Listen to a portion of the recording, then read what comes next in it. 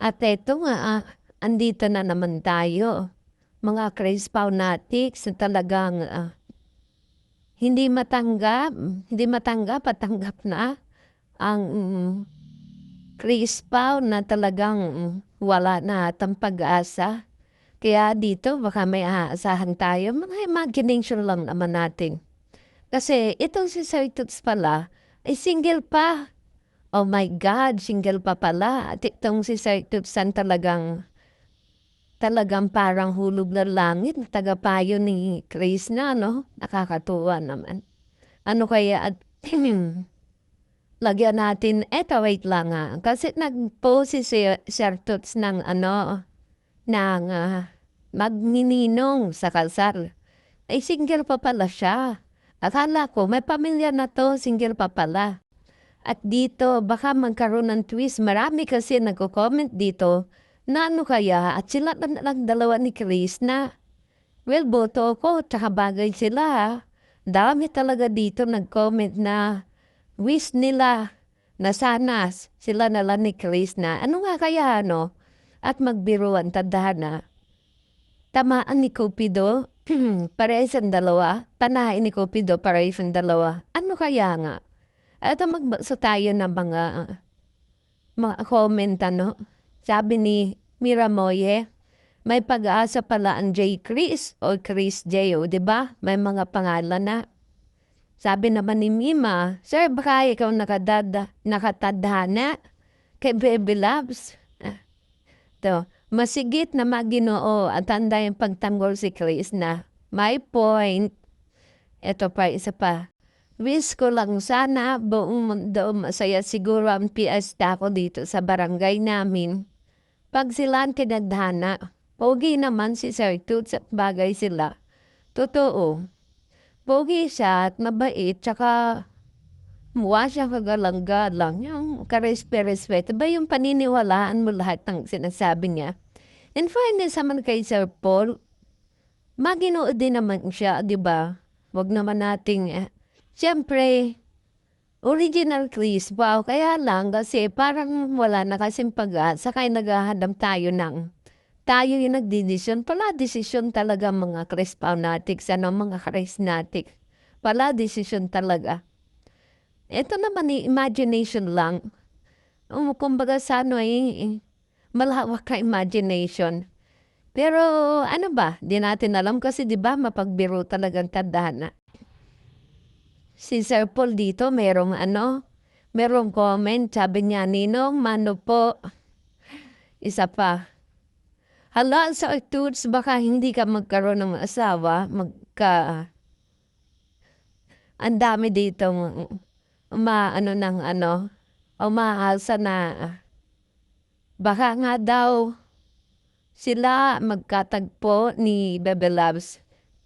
Bagay kayo ni Chris na Sir Toots. Opinion ko lang. Hanap kasi ng partner Sir Toots. Wala naman na kasi Sir Paul at Chris na baka kayo talaga nakatadana. Gano'n, hindi natin alam. Baka nga. Diba? Why not? Diba sila talaga kasi yung nakikita natin na hindi iniwan si Chris na sa kabila na nangyari. Hindi naman mahirap mahalin ang Tots TVPH. Ay, oo naman. Ikaw ba? Choosy ka pa ba? Hello? Sir Toots siyang maginoo pero di bastos. Hindi, joke lang. Maginoo talaga siya at mukhang karespeto, di ba? Kaya nga BFF sila ni na Sir Paul kasi iparpareha sila magiginoo. Tingnan lang natin, malay mo, no? Ito pa, isa pa. I think they are still with Chris na. They are still chatting with each other. Instead of PB, naku, sana nga hindi maputol yung chat-chat nila hanggang sa ma-develop sila, hanggang sa magkatuluyan sila. Ay, ang lawak na imagination, grabe, na naginip na naman ang matandang lola. Ito naman lang, wag pong magagalit ang iba ha, nananaginip lang, imagination lang. Malay nyo naman nga, biruin ang tadhana. Ito pa, Good morning, Sir Toots. What if kayo talaga ang kinadhana ni Chris na? Opinion ko lang po ito po. Bagay din po kayo kasi. Oo, totoo talaga, bagay sila. Isa pa, ang tanong sa puso ni Sir Toots ay kapatid na kakabata, oo nga. Kasi 'di ba kuya-kuya siya dun sa teleserye.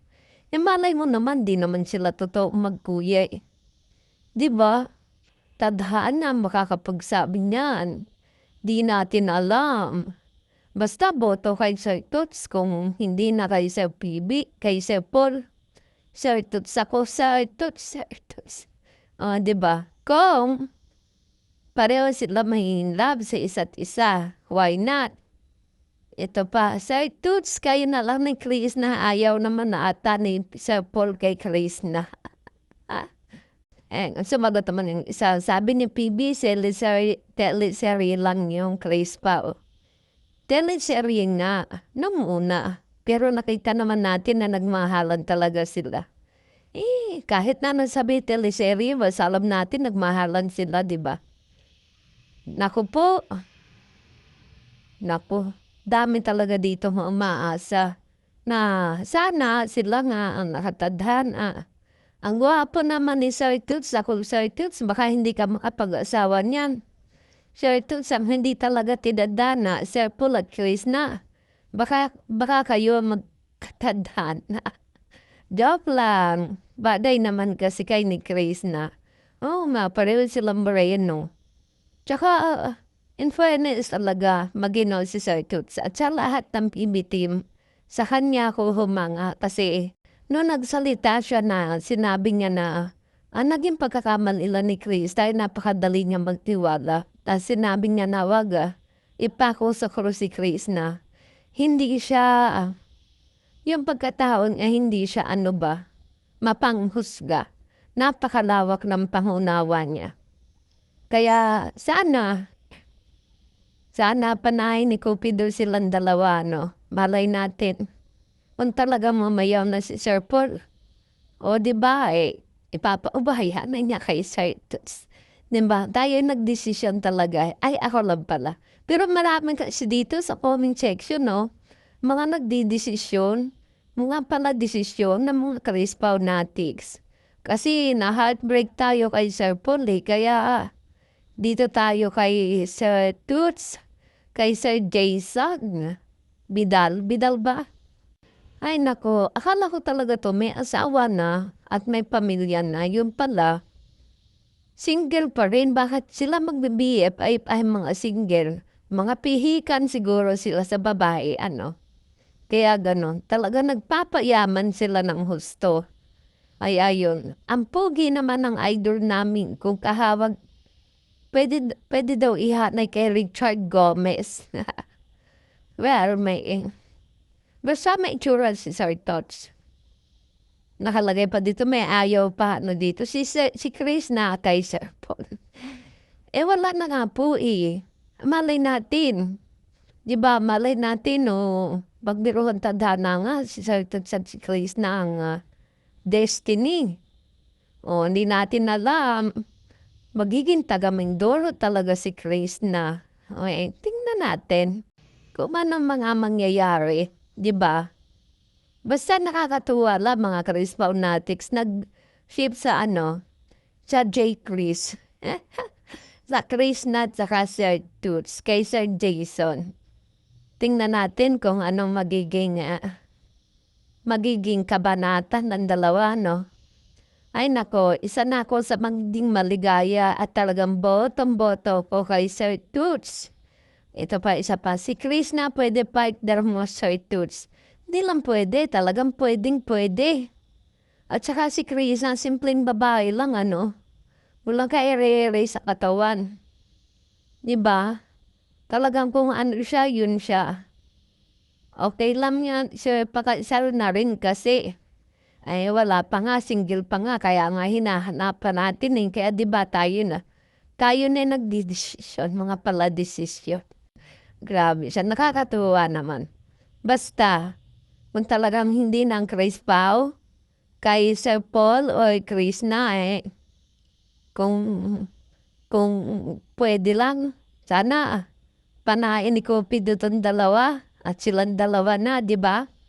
Eto si Sir Toots at may May paninindigan tingin ko, di ko naman sinabing walang paninindigan si Sir Paul pero, umayaw na siya, ayaw niya, eh. O di malay natin, si Sir Toots yung magpapatuloy ng ating kinakikiligan. Hindi la pero hindi na Chris pa o J. Chris na. O di ba? Maganda rin naman magkasintunog din naman 'di ba? Basta sana. Hindi ako nagpe-pray kasi si Tadhana magaling yan magbiro. Kaya tingnan natin